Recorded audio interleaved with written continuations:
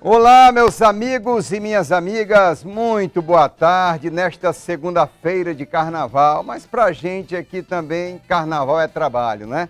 Muito obrigado pela sua audiência aqui no Gazeta Entrevista, para você que nos acompanha pelas redes sociais, sempre aqui, muita gratidão no coração. O nosso convidado de hoje, ele já é da casa, porque também já veio outras vezes com os colegas aqui que faziam o Gazeta Entrevista, e hoje eu estou aqui para receber ex-prefeito, ex-governador por 8 anos e também ex-senador da República e hoje presidente da Apex. A gente vai falar muito da Apex também, que é uma das áreas mais importantes do governo do presidente Lula. Então, está com a gente aqui Jorge Viana. Está em casa, né? Bem-vindo. Um prazer. Bem-vindo, Jorge. Te rever. Um abraço a todos aí. Espero que estejam curtindo o carnaval, né? Eu estou meio fora de forma, porque eu adoro carnaval, mas esse ano eu tô... Tá mais tranquilo. Tô meio fora, mas fazendo muita coisa também. São netas, né? Que você tem netas. Tenho 2 netas e um netinho. Um neto e 2 netos. Eles também absorvem muito, né? Desses feriados assim. Então, não, aí eu venho... Aí é com eles, o carnaval é com eles. E ontem eles foram num bailinho de tarde de carnaval com a Mariana e Calu, mas passaram o dia comigo também em casa. Foi muito bacana. É um sentimento que a gente experimenta com o neto que é bem diferente, né? E no caso eu tive 2 filhas, né, que são, eu tenho muito orgulho da Mariana e da Calu como mãe, sabe? É tão bom para os pais, né?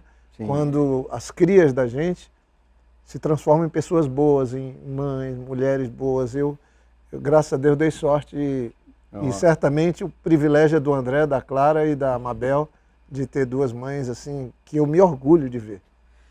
Bom, Jorge, vamos fazer o seguinte, a gente sabe que, por exemplo, uma pessoa que nasceu em 1990, né, não conhece muito bem da história política do Acre, né, porque você passou a governar em 98. Antes, porém, foi prefeito. Sim. Né? Antes foi prefeito aqui da capital. E aí eu queria, hoje nós vamos ter tempo, são 3 blocos aqui, bater um bom papo, eu quero que a gente comece falando de história. Conhecer o Jorge Viana, além da política. Pois é. Além da política. Vamos lá. Você nasceu em Brasília, em Rio Branco? Não, em Rio Branco. Em Rio Branco. Meu pai nasceu em Brasília, meu irmão mais velho, também já falecido, o Wilde, nasceu em Brasília.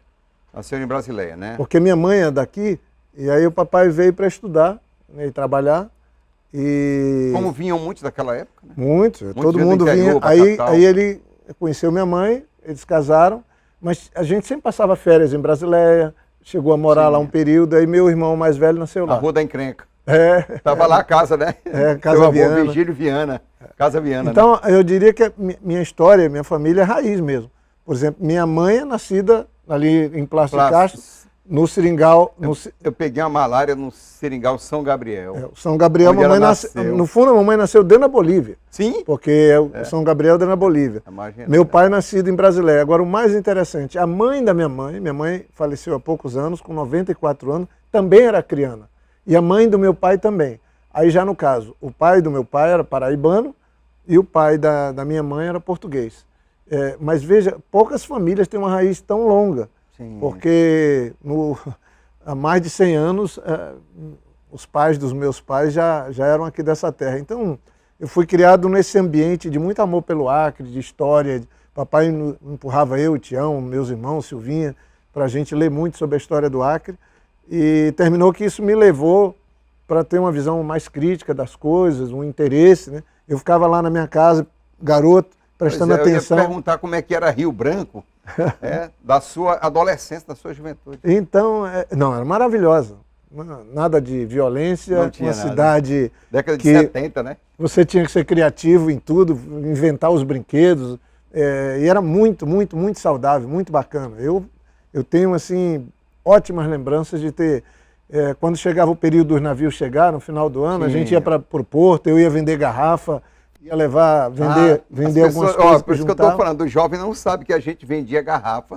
Né? Elas iam para Belém, é isso? Eu vendia concreto, vendia garrafa, desde cedo trabalhava, e passava o ano juntando garrafa, os navios chegavam com as mercadorias para abastecer o Acre por um ano, e aí levavam, né, os vasilhames, levavam o que tinha, levava borracha, levava castanha, e vender garrafa era uma boa. Então eu saía catando garrafa em todo canto. A garrafa preta, então, aquela escura, Mais era uma escura, nota, é. era uma nota diferente. Então eu vivi esse tempo, né? E depois, mais para frente, vendo meu pai ali na política, não sei porquê, e em 90 com aquela... O seu Wilde foi primeiro vereador? Ele foi vereador, foi prefeito, um período, e foi deputado estadual. Depois, 3 vezes, depois foi deputado federal 2 vezes. Papai nunca perdeu a eleição. E era uma política, eu destaco o papai e o Raimundo Melo, pai do Flaviano. Sim. Eles faziam, em partidos diferentes, eles faziam uma política muito parecida, porque eles cuidavam das pessoas, né? A casa do Raimundo Melo era sempre cheia, porque naquela época os governos, as prefeituras, não davam muita assistência, não tinha. Não tinha recurso, não tinha nada. E aí o papai e o Raimundo Melo adotavam. O papai pagava professora, financiava escola, cuidava das pessoas. O papai e a mamãe tinham centenas de compadres e comadres que eram como da nossa família. Então a gente, às vezes, estava dormindo em casa, o papai tirava, botava 2 meninos, na época, do colchão de capim. Colchão de capim. Capim, porque não tinha colchão de mola. Exatamente. Então botava 2 de nós, assim, nós éramos 4 irmãos, num colchão, 2 no outro, para pegar um colchão e oferecer para o compadre dele que chegava de madrugada na carroça, porque também não tinha nada de ramal, era tudo muito difícil, né?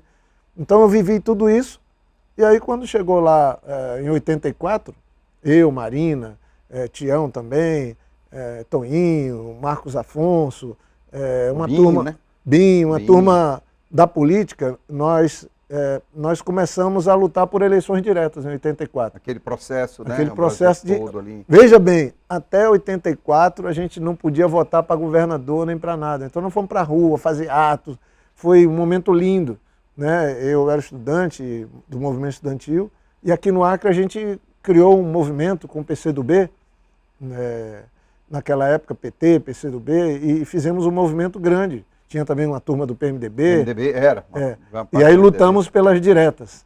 E aquilo ali foi em 84, depois veio a eleição em 86, e o PT foi um fracasso total na eleição. Já tinha tido mais voto para trás com o Nilson Mourão do que teve com o Hélio Pimenta. Hélio Pimenta, né? Hélio Pimenta. Exatamente. E quando o PT teve 2.000 votos para governador naquela eleição. Eu fiz a campanha, era eu, Marina, Binho, todo mundo fazendo a campanha do Hélio Pimenta e foi um fracasso. Ele era da Emater. Era da Emater. Ele era nordestino, né? E uma pessoa muito querida. E aí, quando chegou em 89, o Lula foi candidato a presidente, quase se elegeu. Perdeu para o Collor. O Collor, no segundo turno. Aí depois veio o impeachment do Collor, né? Mas antes do impeachment do Collor, em 90, eu fui candidato a governador, porque ninguém queria ser candidato pelo PT. Em 90, exatamente. Em 1990. Foi Edmundo Pinto. Aí era o Edmundo Pinto, que também sonhava ser governador pelo PDS, né? O Edmundo era uma pessoa muito bacana, era mais velho que eu, acho que uns 5 anos, e o sonho dele era ser governador. Ele foi vereador, foi deputado, muito atuante, ele trabalhava muito, e o sonho dele era ser governador. E o Edmundo disputou comigo, foi uma disputa linda, 2 acrianos, 2 jovens, e o segundo turno o Lula veio me ajudar aqui, que tinha sido quase presidente, aí a gente ficou muito próximo. Ele passou 20 dias no Acre, o Lula. Andou esses municípios, tudo comigo. Ali em Brasília ele foi muito. Tudo, andou todos os lugares. E a gente, no primeiro turno, eu e o Edmundo, ficamos com 320 votos de diferença. Para mim e para o Edmundo. Só 320 votos. O Osmi perdeu, que era candidato do MDB. Lugar, exatamente. E o Branquinho, que era o grande, já estava eleito, se achava eleito, ficou em último lugar. Chegou a ter 60%. Brigou comigo, ficou lá me chamando de menino do PT e tal. Exatamente. Aí um dia eu falei, Branquinho, arruma sua trouxa e vai embora do Acre. Você está aqui agredindo as famílias do Acre. Ele ficou louco, né? O Jorge Pinheiro, falecido, era o vice dele. Aí eles foram para o último lugar e eu e o Edmundo, que éramos as zebras, fomos para os primeiros lugares. E no segundo turno, óbvio, juntou todo mundo contra nós, contra o PT, Naquela época, de novo, era aquela coisa, dizer que a gente era comunista, que ia fechar as igrejas. Essa história é antiga. Da mesma coisa com o Lula em 89, mesma coisa comigo. Eu pensei, mas gente, sou filho do Dico Viana, da Silva, eu moro bem ali, sou amigo de todo mundo. Vou na igreja católica. Passa 30 anos, o pessoal fala a mesma bobagem de novo, é incrível, e tem gente que acredita. Então, aí aquilo ali me projetou muito. E quando foi em 92, A eleição de prefeito. Aí eu fui candidato a prefeito, Exatamente. teve o impeachment do Collor, aí o Collor, que tinha sido eleito, já foi tirado da presidência. O Itamar assumiu, né? E eu ganhei a prefeitura de Rio Branco e assumi em 93 a prefeitura. E a Regina Lino era minha vice. foi a sua vice pelo PSDB.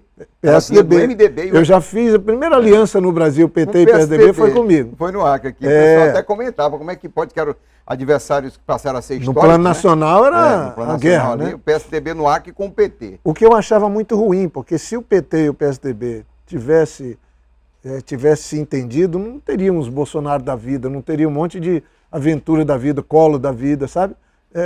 Mas, enfim, eram dois partidos assim que saíram do PMDB, de certa forma. Sim, o PT e o PSDB. O PMDB exatamente. foi o partido da resistência, né? Que enfrentou o regime militar, e dali saíram.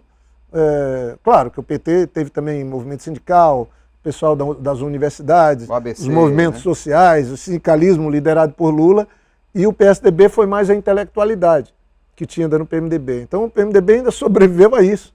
Porque o PSDB saiu muita gente boa do... Mário Covas, todo mundo, Fernando Henrique, né? Mário Covas, aí Alckmin, essa turma toda, Alckmin, Geraldo Alckmin. E você vê como é que são as coisas. Você falou aqui. Então, quem nasceu em 90 tem 24 anos. Não viu nada disso. Não sabe. Não sabia que Acre que existia, como é que era Rio Branco.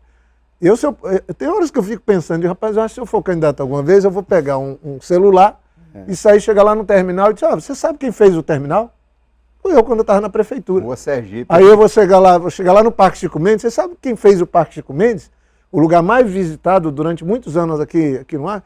Foi eu quando estava na prefeitura. Você sabe quem pegou o horto, que era um lugar abandonado, cheio de drogado, e fez o horto bonito, um lugar frequentado? Também foi. Isso aí, o Capitão Siri. O projeto Habitar Brasil, né? O programa Habitar Brasil na Baixada, nós fizemos as primeiras 80 ruas ali na Baixada. Eu na prefeitura. A gente conseguiu aquela duplicação da Rio de Janeiro, também fui eu na prefeitura.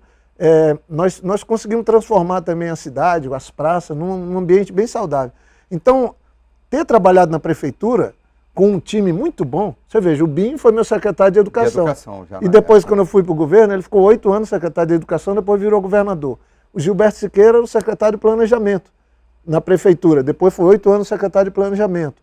O Volvenar Camargo... Volvenar já daquela época já? Claro, o Volvenar era o presidente da EMURB. Me ajudou em tudo. Isso? Aliás, hoje eu liguei para ele que eu tenho que falar com ele. Na EMURB, depois ficou 8 anos comigo também, depois ficou com o Angelim.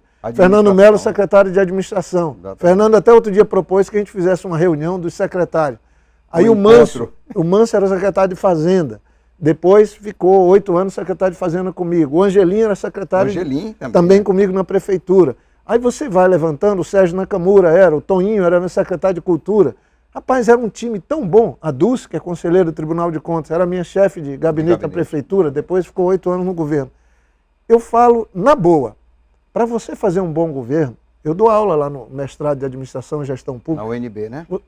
No IDP, no Instituto da Família do ministro Gilmar Mendes, é um dos mais renomados que tem em Brasília. Eu dou aula no mestrado todo ano. E eu falo, para um bom governo acontecer, você tem que ter, obviamente, um líder, mas você tem que ter uma boa equipe, um bom time. Esse é fundamental. Sem um time, você não ganha campeonato. E o que eu me ressinto aqui, eu digo, lamentando, sabe? Eu acho que não tem quem saiba, só se for colega de trabalho. Hoje, assim, nem jornalista, nem político, o nome de todo secretário do Estado. Eu fico tentando entender, mas não é. Troca tanto, muda tanto. E na minha época sabia o nome de todo mundo, porque sabia quem procurar quando tinha um problema, sabia como fazer a maioria das coisas. E eu me ressinto disso. Eu acho que o Acre virou meio que uma bagunça. Muita gente que se criou do nosso lado ficou depois contra nós. E eu acho que assim, nós não estamos... Claro que tem bons políticos aí, eu não vou falar mal, assim, claro, generalizar.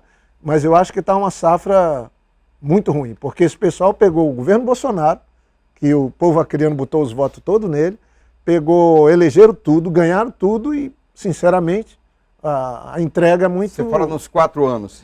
Os 4 anos de Bolsonaro, eles tinham tudo. A bancada federal era 100%. Bancada federal, líder, o relator de orçamento, governos, prefeitura, e o que é que fizeram? Eu trabalhei com o Fernando Henrique, trabalhei com o Lula, E se for levantar aqui as obras que eu fiz como governador, aí teria que ter uns 3 programas desses, de 3 blocos cada Mas um. nós vamos falar um pouco, eu vou para o intervalo, que tem mais história. E sobre essa forma que eu estou, as perguntas que eu estou abordando, porque eu acho que é importante, gente, eu faço com todo mundo aqui. Vocês me conhecem, sabem que eu gosto de escrever histórias e sou um contador de histórias. Eu acho que todo mundo tem uma história de vida, qualquer um, o mais anônimo. Você pega alguém do Seringal, pega alguém de qualquer situação financeira ou não, a pessoa tem uma história. Eu acho que essa história a gente tem que saber, principalmente se for de um político, porque muitas vezes a gente está criticando e não conhece o homem, a pessoa, a mulher que está por trás da imagem. De vez em quando eu encontro um jovem, gosto de conversar sempre com os jovens também, ele diz assim, minha mãe gosta muito do senhor, minha avó adorava o senhor. Eu digo, pô, eu estou ficando velho, então, mas tem uma memória. Tem uma memória. Eu sou muito grato por essas famílias todas. Eu gosto da memória, porque eu gosto a de gente, trazer isso. Eu procurei cuidar, eu queria que os jovens de hoje, ou quem tem menos de 30 anos, que não viu o Acre que eu peguei, pudesse entender que Acre que eu peguei e que Acre que nós entregamos depois de 8 anos. Foi uma coisa linda, um período fantástico, que graças a Deus a gente fez. E isso para mim é tudo, sabe? Ter dado conta na prefeitura, no governo e no Senado, para mim é muito bacana. Bom, antes de chamar o intervalo, tem um comentário aqui de uma pessoa de Sastério. Que história linda a do Jorge Viana. Tem o meu respeito. Glória Galvão, lá do Tucumã. Ah, que legal. Vamos para o intervalo e a gente volta continuando a história.